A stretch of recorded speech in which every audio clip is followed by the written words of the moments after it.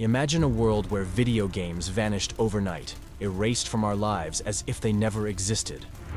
This nightmare almost became reality in the early 80s, when the booming game industry plummeted from a towering $3.2 billion to a mere $100 million, marking a catastrophic 98% crash. This wasn't just a blip on the radar. It threatened to erase video gaming from our culture entirely. And at the heart of this disaster was a single video game.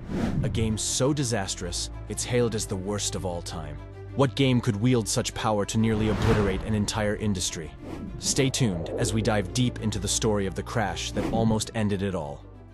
In the late 70s and early 80s, video games transitioned from arcade cabinets and smoky bars to a staple of home entertainment, igniting an industry boom.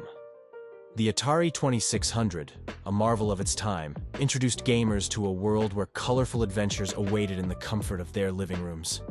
This console wasn't just a machine, it was a portal to endless possibilities, with game cartridges that could be swapped out at will. Atari wasn't just a brand, it was a cultural phenomenon, leading the pack with innovation and imagination. But with great power comes great responsibility. As the king of the console market, Atari found itself at a crossroads, driven by the success of hits like Yars' Revenge and Raiders of the Lost Ark. These weren't mere games. They were adventures that beckoned gamers to step into the shoes of heroes, to explore, conquer, and triumph. And at the helm of these groundbreaking titles was Howard Scott Warshaw, a name synonymous with creativity and innovation. His games didn't just sell, they captivated millions, becoming legends in their own right. The release of E.T., a cinematic masterpiece by Steven Spielberg, set the stage for what Atari saw as its next big win. The film, a blockbuster that captured hearts worldwide, presented an opportunity Atari couldn't resist. The plan was bold and ambitious, to capture the magic of E.T. in a video game, and to bring the adventure of Elliot and his extraterrestrial friend to living rooms everywhere. The excitement was palpable. Little did anyone know, this ambition would soon lead to one of the most dramatic turns in video game history, setting the stage for a downfall as rapid as the rise. A cautionary tale of what happens when the race to capitalize on success overshadows the art of game design itself. So, how did it all come tumbling down? Stay with us, as we're about to dive deeper into the story of the game that threatened to end an industry. A tale of ambition, aspiration, and the lessons learned from reaching too far, too fast. Ever wonder how we got from the basic 8-bit graphics to these insane photorealistic visuals in games? Nowadays, to fully immerse in the vast, visually stunning worlds of modern gaming, you need a machine that's up to the task. That's where the intersection of history and modern innovation brings us to the forefront of gaming technology with Razer. It's no secret that you need a high-performance computer to enjoy modern games at their best, and Razer stands out as the solution. Whether it's rendering complex game worlds in stunning detail or ensuring silky smooth frame rates, Razer's technology empowers players to experience their games without limits.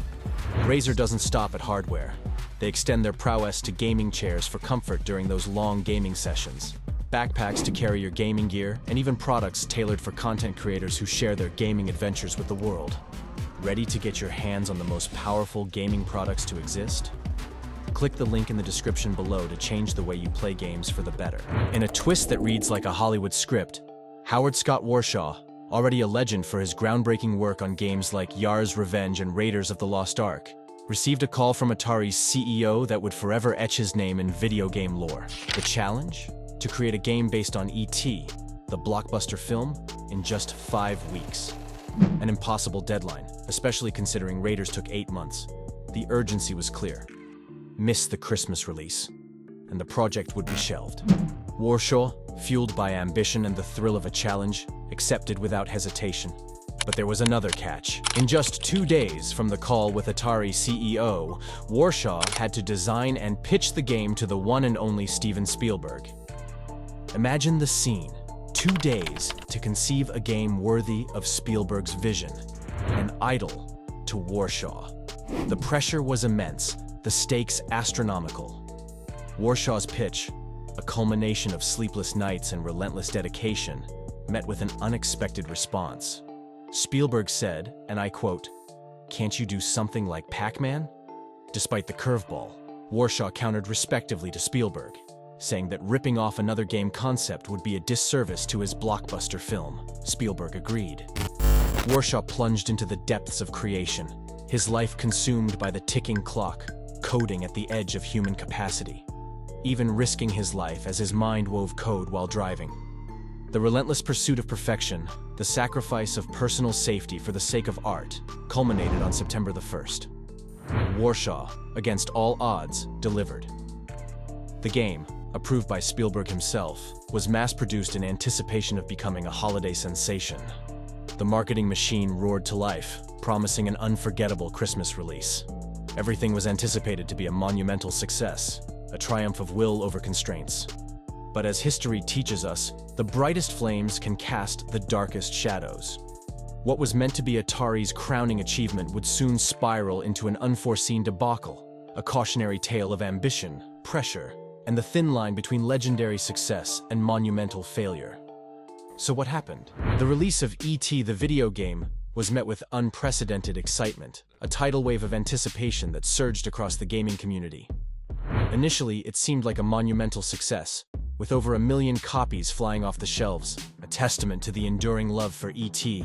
and a seemingly insatiable appetite for video game adventures. Yet, the initial triumph was short-lived. As days turned to weeks, a troubling trend emerged.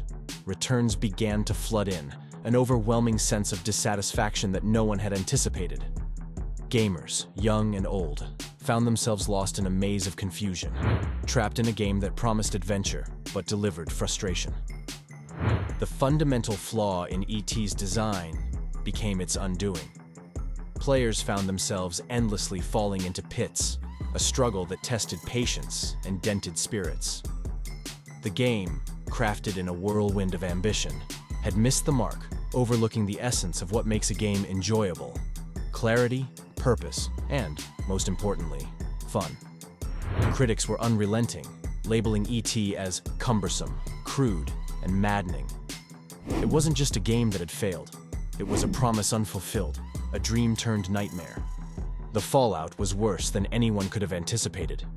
Retailers, burdened with unsold stock, were canceling orders left and right.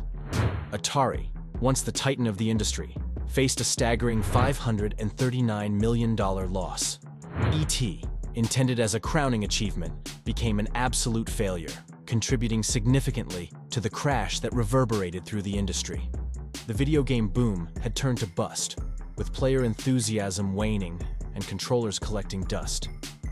The industry, once a beacon of innovation and excitement, found itself in freefall, plagued by an oversaturation of mediocre games and a corporate ethos that prioritized quantity over quality.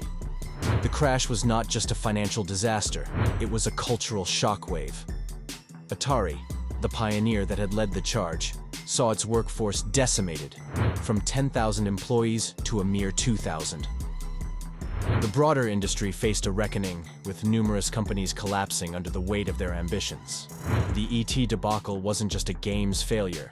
It was a symbol of an industry's hubris, a cautionary tale of what happens when the pursuit of profit eclipses the pursuit of quality. As the dust settled, the question loomed. Could the video game industry rise from the ashes? Or was this the end of an era? In the aftermath of the video game crash, Howard Scott Warshaw's legacy and Atari's reputation were forever altered. Warsaw, despite creating what many consider the worst video game of all time, regards his work on E.T. not as a failure, but as a peculiar triumph. His game, infamous for its confusing gameplay and frustrating mechanics, continues to be a topic of discussion decades later, cementing its place in video game lore. This perspective, seeing the value in notoriety, highlights Warshaw's unique take on success and failure in the creative process. Meanwhile, Atari faced a tangible symbol of its downfall with the Atari Burial, a mass grave for unsold E.T. cartridges, among other products, buried in the deserts of New Mexico. This event, shrouded in urban legend, was a stark representation of the industry's oversaturation and the consequences of its hubris. Yet, in a twist of fate, these buried cartridges would later emerge as collector's items, fetching high prices on eBay, a testament to the enduring fascination with this pivotal moment in gaming history.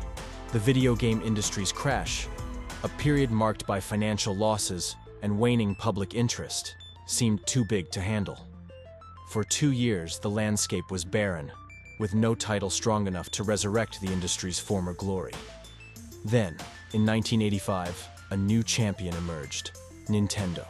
Nintendo not only revived the industry but also set new standards for gaming, leading the way into a renaissance that would redefine what video games could be. As we close this chapter on one of the most tumultuous times in video game history, remember, the phoenix must burn to emerge.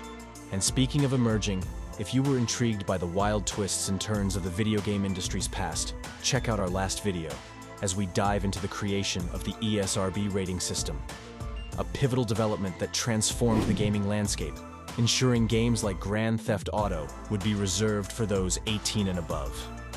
How did this system come to be, and what impact has it had on gaming and society at large? Click the video on screen to find out. That's all for this episode. If you're fascinated by the stories behind video game history's most memorable moments, make sure to hit like, subscribe, and turn on notifications so you won't miss a single story. Until next time, keep gaming and keep exploring the stories behind the pixels.